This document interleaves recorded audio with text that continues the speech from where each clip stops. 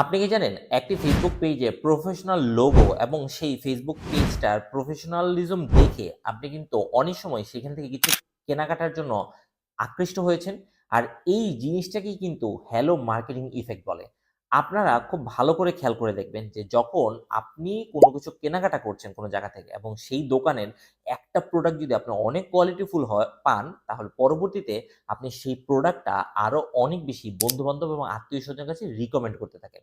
এবং আপনার ট্রাস্ট হয়ে যায় যে সেই দোকানের বা সেই অনলাইন বিজনেসের সমস্ত প্রোডাক্টই অনেক ভালো। আর একইভাবে আপনি এই জিনিসটা কিন্তু নিজের বিজনেসেও প্রয়োগ করতে পারেন।